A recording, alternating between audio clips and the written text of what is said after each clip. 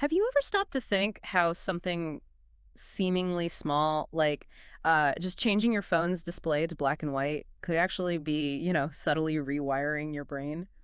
It sounds almost too simple, doesn't it? But yeah, the sources we looked at suggest it can have a pretty real impact. Right. So today, we're doing a deep dive into this fascinating world of dopamine. Our mission, really, is to unpack what it is, how modern life might be messing with it without us even noticing, Hmm. and crucially, how we can maybe harness it better for focus and, well, motivation. Let's get into it. Yeah, it's interesting because the sources for this one, they give us a really unique angle. We've got this personal experiment someone did, and also these discussions digging into different types of dopamine. It offers a perspective that honestly probably touches everyone listening. Okay, so let's start there with that personal story you mentioned. Someone decided to go monochrome on their phone, Mm. black and white. What's the psychology behind that? What did it actually show? Well, it's a subtle but pretty powerful brain thing, isn't it? App designers, marketers, they use color psychology deliberately.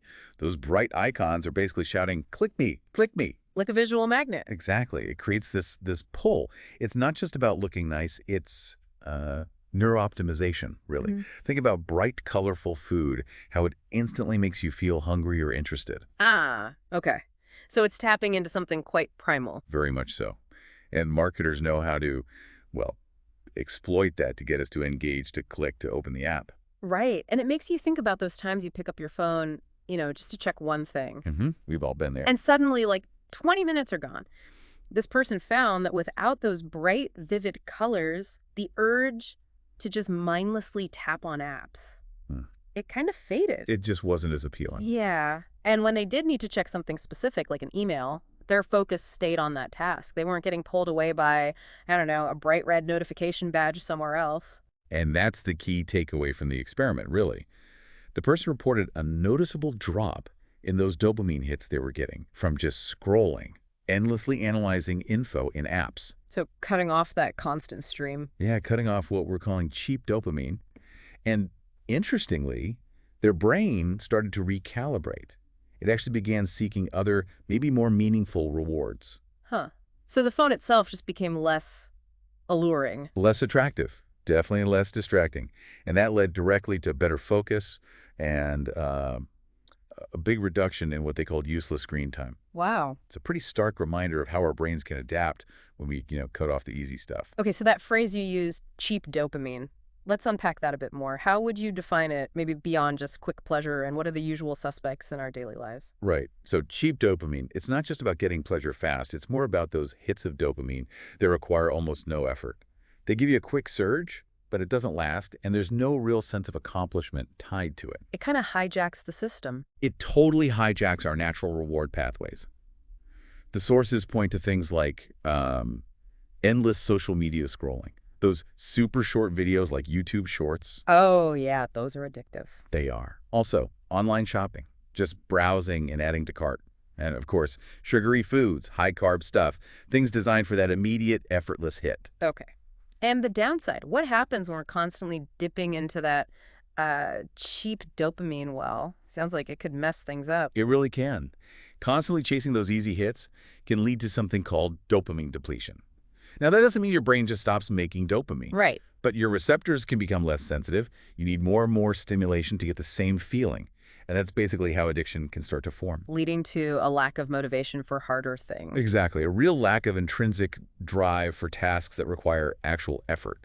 It's like you've spent all your brain's effort fuel on the easy, passive stuff. Your tank is empty for the important things. Precisely. And that's where this whole idea of a dopamine diet or a detox comes from.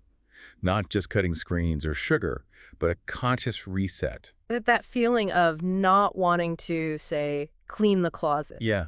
It might not just be laziness. It could genuinely be related to your hormonal levels, specifically not having enough dopamine available for the effort and, frankly, the inspiration needed. Because you've used it all up scrolling TikTok or something. Potentially, yes. Yeah. If you spend it all on effortless pleasures, there's just nothing left in the reserve for actual achievements. That makes a disturbing amount of sense.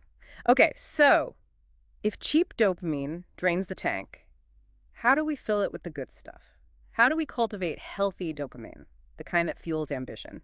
Well, the sources highlight some really positive, active ways. Things like physical activity, exercise, dancing, those are great direct routes to boosting healthy dopamine. Right, the classic endorphin rush connection. Yeah, but it's also the sense of accomplishment, the physical feedback. Your brain rewards that effort. Okay, and the sources also mention something maybe less obvious, but powerful. Gratitude. Absolutely. This was a strong point. A daily gratitude practice, like keeping a journal, can be a significant dopamine booster. How does that work? Exactly. It seems the act itself stimulates production. Hmm. So, writing down goals, sure, but also actively expressing thanks for what you have. Even acknowledging small wins, Like what? like I actually washed all those dishes or I finally mowed the lawn. Simple things. But consciously feeling grateful for doing them or just having the ability to do them. That feeling itself seems to trigger dopamine. The brain rewarding positive engagement. It's Interesting. very practical too. Definitely. And there was another point in the sources about praise, specifically with kids and dopamine. You know, we see kids hooked on screens or wanting sugar all the time. Right, the idea discussed is that praising children more often could potentially increase their dopamine levels naturally, Oh, okay. which might in turn make them less reliant on those instant gratification sources like games or sweets. That makes sense. But there was a catch, wasn't there? A very important one, Yeah. yes.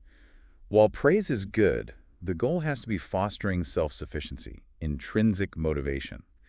If someone, child or adult, develops low self-confidence and only feels good when they get external validation, They just seek praise all the time. they can become people pleasers, yeah. Constantly chasing that external dopamine hit instead of finding satisfaction from within. It's a fine balance.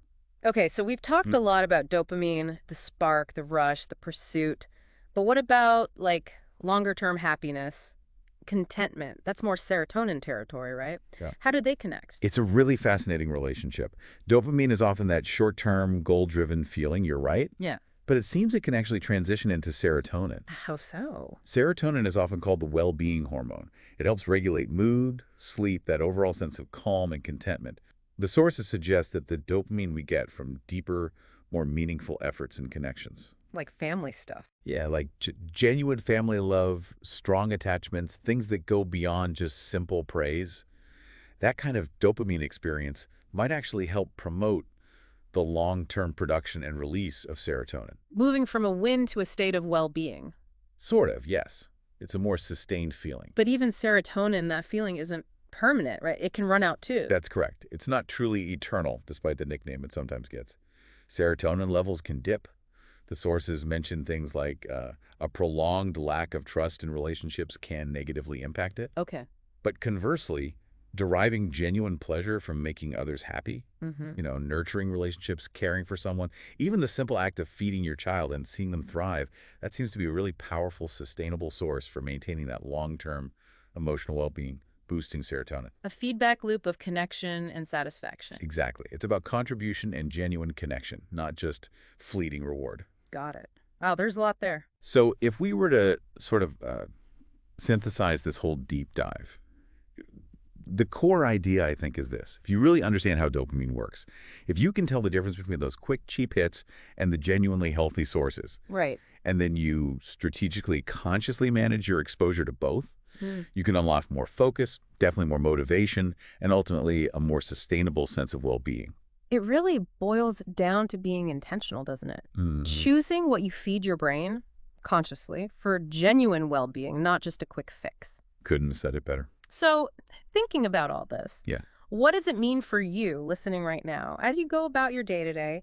Maybe start noticing what are those specific cheap dopamine triggers in your own routine. We all have them. And then consider how might intentionally shifting even slightly towards those sources of healthy dopamine we talked about, exercise, gratitude, connection, how might that actually impact your ability to tackle those goals that have felt maybe just out of reach? Definitely something to ponder.